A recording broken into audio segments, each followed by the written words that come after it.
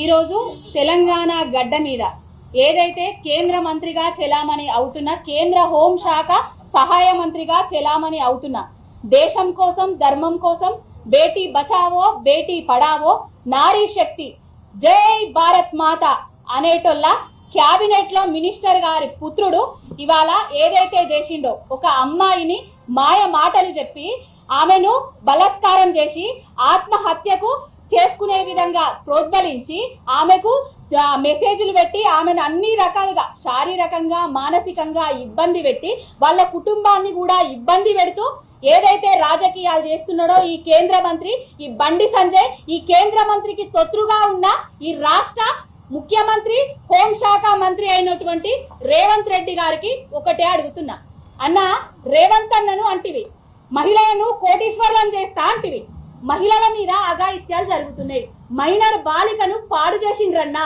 నీ అన్న కొడుకన్నా ఆయన మీద ఎలాంటి చర్యలు తీసుకుంటున్నారన్నా? 3 నెలల నుంచి ఆ తల్లిదండ్రులు పోలీస్ స్టేషన్ల చుట్టూ తిరిగినా కూడా కేసు బుక్ చేయలేదు. నిన్నటికి నిన్న కరీంనగర్ లో హైడ్రామా చేసి అక్కడేదో హనీ ట్రాప్ కేసు పెట్టి ఆ అమ్మాయి మీదనే నన్ను బలత్కరించిండు అనేసి చెప్పిన అమ్మాయి మీదనే హనీ ట్రాప్ కేసు పెట్టిర్రు. ఆ కేసు పెట్టిన తర్వాత మళ్ళా ఇక్కడ ఏదో బషీర్బాగ్ దగ్గర పోలీస్ స్టేషన్ లా కేసు రిజిస్టర్ చేసిర్రు. 20 ఏళ్ళు కంపల్సరీ లోపల ఉండాలా. దానికి వదిలేసి ఈ రోజు స్టేషన్ పైన ఇచ్చేటట్టు కేసు పెడుతున్నారు. దీనికి మేము చాలా ఖండిస్తున్నాము. మహిళలు మేము ఊపుకునేదే లేదు. ఏడికైతే ఆడతాయో మేము ఏ మినిస్టర్ ఉండని ఏ సీఎంఏ ఉండని ఎవరైనా ఉండని పబ్లిక్ అన్నప్పుడు పబ్లిక్ అందరికి ఒకటే న్యాయం జరగాలని మేము కోరుకుంటున్నాం. ఇప్పటి వరకు కూడా ఏ ఒక్క మంత్రి కానీ ఏ ఒక్క సీతక్క కానీ ఎవ్వరు కూడా ఇప్పటి వరకు వచ్చి ఇంతవరకు కూడా పలకరియడం లేదు కాబట్టి మేము ఈరోజు దిగినాము. ఇది కాకుండా వాళ్ళకి ఏం ఒకవేళ సపోర్ట్ గా లేకున్నా కానీ మేము అందరం సపోర్ట్ చేస్తామని కోరుకుంటున్నాము. ఈ రోజు బండి సంజయ్ గారిని మేము కోరేది ఒకటే, ఆ రోజు మీరు రిజైన్ చేయండి మేము రాజీనామా చేస్తామని అన్నారు. ఈ రోజు నీ కొడుకు చేసినందుకు ముఖం మేడ పెట్టుకుంటున్నావో అది నీకు తెలవాలి.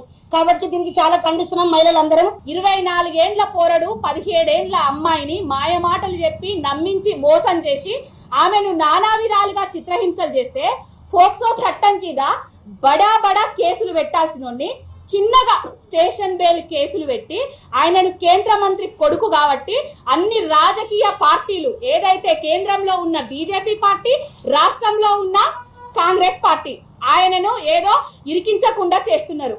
అమ్మాయికి మేమందరము అండగా ఉన్నాం. మేము కూడా ఒక తల్లికి బిడ్డలమే, ఒక బిడ్డలకు తల్లులమే. ఆడపిల్లలు ఎవ్వరు కూడా బయటకు వచ్చి నా మీద గిట్లా చేసిండ్రు అని చెప్పరు. చెప్తున్నారంటేనే అర్థం చేసుకోండి.